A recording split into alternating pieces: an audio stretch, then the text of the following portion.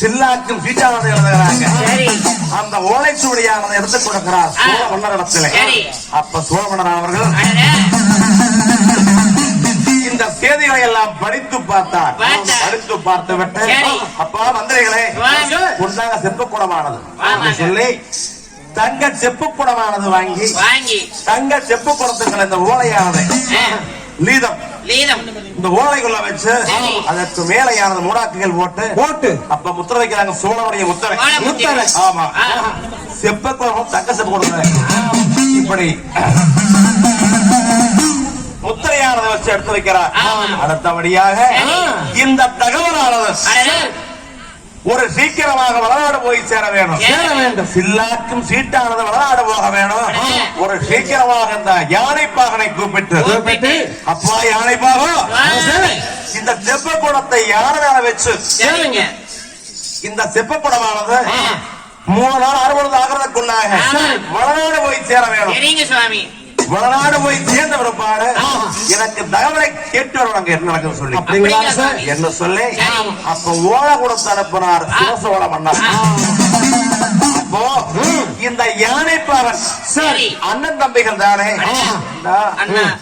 முதல்லயே இசவாங்க நம்மளை சோழ வளநாட்டுல இருந்த வளநாட்டுக்கு தூதுவனாக ஓலை கொண்டு போக சொல்றாங்க. ஊருக்குள்ள முதலையே பேசிக்கிறாங்க.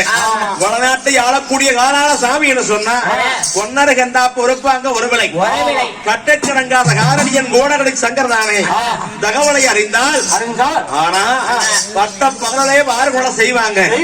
ஏறி முதிப்பாங்க, எதிர்குடல சரிப்பாங்க, நெத்திக்கு கத்தி வச்சு நேரா புலப்பாங்கன்னு சொல்றாங்களே. ஒரு சமயம் நாங்க இது போய் எனக்கு எப்படி குழந்தைக்கு இது போயிட்டா கொண்டாட்டியா அவனையே வருவாளே என்ன அண்ணா அண்ணா நீங்க மட்டும் இல்ல எல்லாத்துக்கும் அப்படி முதல்ல போனாலும் அடுத்த சும்மாதான் இருக்கும். அண்ணா நீ போனா பரவாயில்லா நானு ஏண்டி வந்து அழுகிறேன் போனா பரவாயில்லைங்கிறியா? பரவாயில்லைங்க சாமி போனா பரவாயில்லைங்க, திரும்பி மட்டும் வந்துடாதீங்க. ஏன் யாரும் வர மாட்டாங்களா? ஒருத்தர் வரலீங்க, பார்த்து வந்துடுவாங்க. அதனால நீ போயிட்டு வந்துடு. நான் தான் இருக்கிறேன். இல்ல முதல்லயே தெரியும் நான் பேடின்னு. அது வேணாம் உண்மை. அதனால அண்ணா நீங்க வாங்கண்ணா. எங்க வாரது 2 பேரும் போலாமண்ணா. ஏதோ அரசாங்க போனா நீ வெடுக்குன்னு பேசுவ, நான் போனா அது எப்படினால அண்ணா வந்துருமா. அது உண்மைதான். அதனால அதனால அண்ணா 2 பேரும் போலாமண்ணா. சரி மரமனை வந்து விட்டா மலையில தங்கவா போகுது. ஆமா நான் உன்னை விட்டு போட்டு போகிறேன். போயிட்டு வரங்கிறீங்களா இல்ல போறங்கிறீங்களா? இப்ப தேங்க அலியார போச்சு பையன் ஒண்ணு அப்புறம் போறங்கிறீங்க. ஏன் சாமி இந்த மாடெல்லாம் அப்படியே பூட்டி விட்டா காட்டுக்கு போகுதுல்ல, அந்த மாதிரி யானை தாட்டி விட்டா போகாதான் சொல்லி தாட்டி விடுங்களே. போய் கொடுத்துட்டு வர சொல்லி. இல்ல எனக்கு ஒரு யோசனை. என்ன யோசனை? செல்போன் அனுப்பிவிட்டா சேர்த்து அனுப்பிவிட்டேன். அது இந்த நம்பர் வேற இல்லையே, போன் நம்பர் இல்லையே. போன் நம்பர் வாங்கி கொடுத்தீங்க அநேகம் பேர் அனுப்புவாங்க மெசேஜ். ஏண்டி சரி பரவாயில்ல. ஆமா ஏதோ பேர் சொல்றதுக்கு பயிர் ஒன்று இருக்குது. நான் உயிரோட வந்தா ஆச்சு. வரலைன்னா நீ புதிய பொழைச்சுக்குவான். நீங்க என்ன பண்ணாலும் சரி, நீங்க என்ன போனாலும் சரி, நீங்க மட்டும் வந்துருங்க. நீங்க இல்லாம என்னால முடியாது சாமி. நான் வராச்சுக்கா அப்படி கீழே வல்லைன்னு வச்சுக்கோ, கவலைப்படுறாத. நான் மிஸ்காக்க வேலை அவி கூப்பிடுறாங்க, அவி பாத்துக்குவாங்க. சரிங்க கரண்டியாவது சோறு போட்டுருவாங்க. அப்புறம் என்று சொல்லி அண்ணன் தம்பிகள் தானே சரி பரவாயில்ல வாங்கலாம் போலாம்னு சொல்லி அந்த சின்ன வைக்கிறாங்க செப்பு கொடுத்த மேல யானை மேல வச்சுக்கிட்டு அப்ப யானை அலங்கரிச்சு கொண்டுதானே எங்க எல்லாம் வர அங்க இன்னும் வந்தோம்.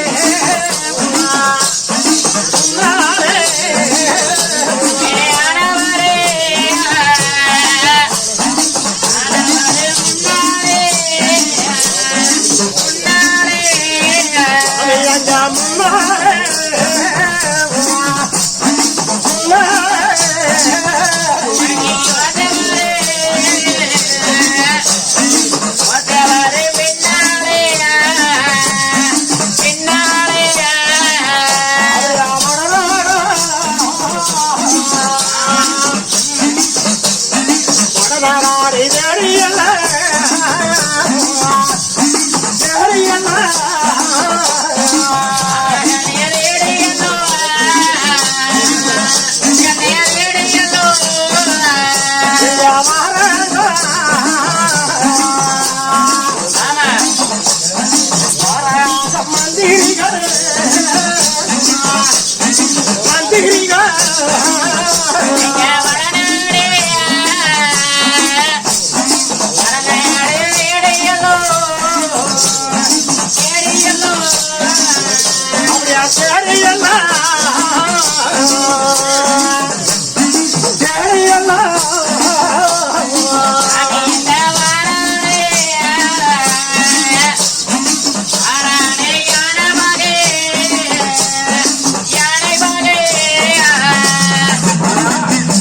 யாரைத்தான் செப்பப்படுத்த நேரம் வச்சு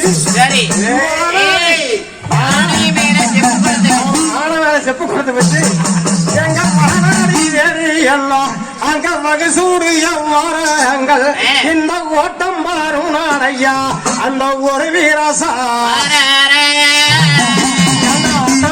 என்ன தும்பி நாம் இப்படியா போனா எதுக்கு பொண்ணு படம் சொன்னா என்னமோ நம்மளுக்கு பயமா இருக்குது எங்காலும் நாம ஏருக்கு மாற போய் அதான வேலையாகி போய் என்ன பண்றது அதனால பொருளா பாக்கலாம் என்ன போகலாம் என்ன சொல்லி சொல்லு அண்ணன் தம்பிகளை பத்தானே அங்க ஆனந்து அம்மா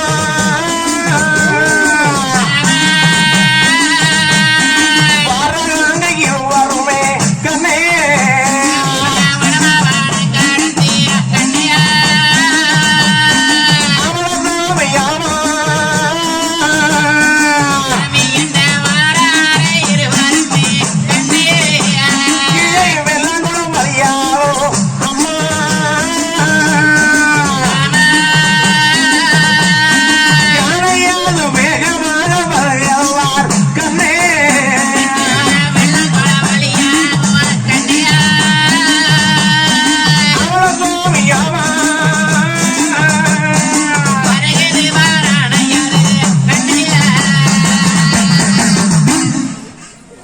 வெள்ளாங்குளத்து வழியாக யானை எப்படியே அடி நடந்து வந்து அப்படி வருகின்ற பொழுது ஆனா இதுக்குமே என்னதான் நம்ம ஊர்ல அணையா இருந்தாலும் அடுத்த ஊருக்கு போனா பூனையை அடங்கி போயிடணும் போச்சு தெரிஞ்சாலும் 10 பேரை கேட்டு தெரிஞ்சுக்கணும் அறிஞ்சாலும் 5 பேரை கேட்டு அறிஞ்சுக்கணும் புது ஊருக்கு போறோம் வழக்கம் வழக்கம் நெருக்குமாறா இருக்கலாம் கொஞ்சம் நேரம் பொறுத்துடணும் ஏதோ வாராங்க ஆமா என்ன சொல்லி பாக்கிறேன் அந்த வெள்ளாங்குளம் காட்டுல தானே எடப்பாத்தி மண்டகமானது இருக்குது அந்த எடப்பாத்தி மண்டகம் சொன்னா ஒன்னாமல சாமியார் வந்து அங்க அமருவாங்க காடு கரை எல்லாம் பார்வையிட்டு வந்து அமருவாங்க எடப்பாறக்கூடிய இடம் அங்க வந்து கீழே அந்த வழியாக காட்டு பண்ணாடி செல்லிமுத்து கவுண்டர் அந்த வழியா வராங்க அப்ப செல்லிமுத்து கவுண்டரை பார்த்தோன்னே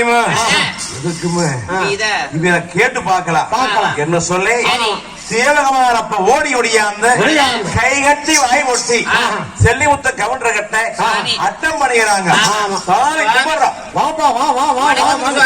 அப்பா ரொம்ப சந்தோஷம் பரவாயில்ல பாரு புதுசா இருக்குது. ஆமாங்க சாமி, எங்க ஊரு சோழவளநாடுங்க. ஓ சோழவளநாடு. ஆமாங்க சாமி, சோழவளத்திலே இருந்த சரி அங்க வாருங்க சாமி தூதுவர்கள் ஓலையானது கொண்டு வந்திருக்கிறோம். ஓலை கொண்டு வந்தீங்க? ஆமாங்க சுவாமி. ஏப்பா எங்கப்பா கொண்டு போறீங்க? வளநாட்டை ஆளக்கூடிய வண்ணாமல சாமிக்கு சில்லாக்கும் சீட்டானதை எழுதி கொடுத்திருக்கிறாங்க எங்க சிவசோழ மன்னர். சோழ மன்னர் மன்னா. சரி சரி. நான் அதனால எனக்கு சாமி இந்த வளநாடு வரையில யோசனை எப்படின்னு கேட்டா என்னமோ ஒருத்தர் சொல்றாங்க. அதனால பொன்னாமல சாமி போய் பார்க்கணுமுங்க. நான் எங்காவது ஏருக்கு மேல போய் சின்னாண்டவருக்கு இது பார்த்துட்டா எடுப்பாங்க, பட்டாரம் தொடுப்பாங்க, உயர்த்தாமல் சொன்னாங்க சாமி. அதனால பயந்து போந்துகிட்டு இருக்குங்க. அப்பா நீ சொல்வதெல்லாம் மூதானப்பா. ஏன்னா பொறுமைப்படுத்த பொண்ணாமலை சாமியார் சொன்னா சரி.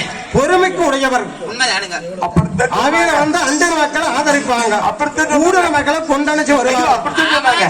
ஆனா ஏற்கு மாறாக கோடகடி சங்கர அவளை போய் கண்ணில கண்டுட்டீங்கன்னா ஏரிமலை யாரடா நீன்னு கேட்டா அது எங்கால நீங்க வாய் குளறி பேசுனீங்கன்னு சொல்லுவாங்க. எடுத்த கத்துக்கு இடம் வாங்கி போடுவாங்க.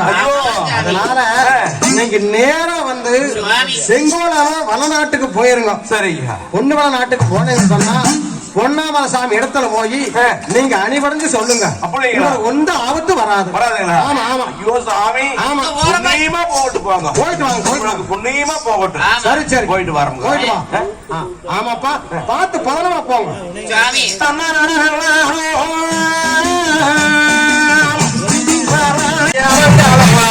பாடி பாடி போகட்டும்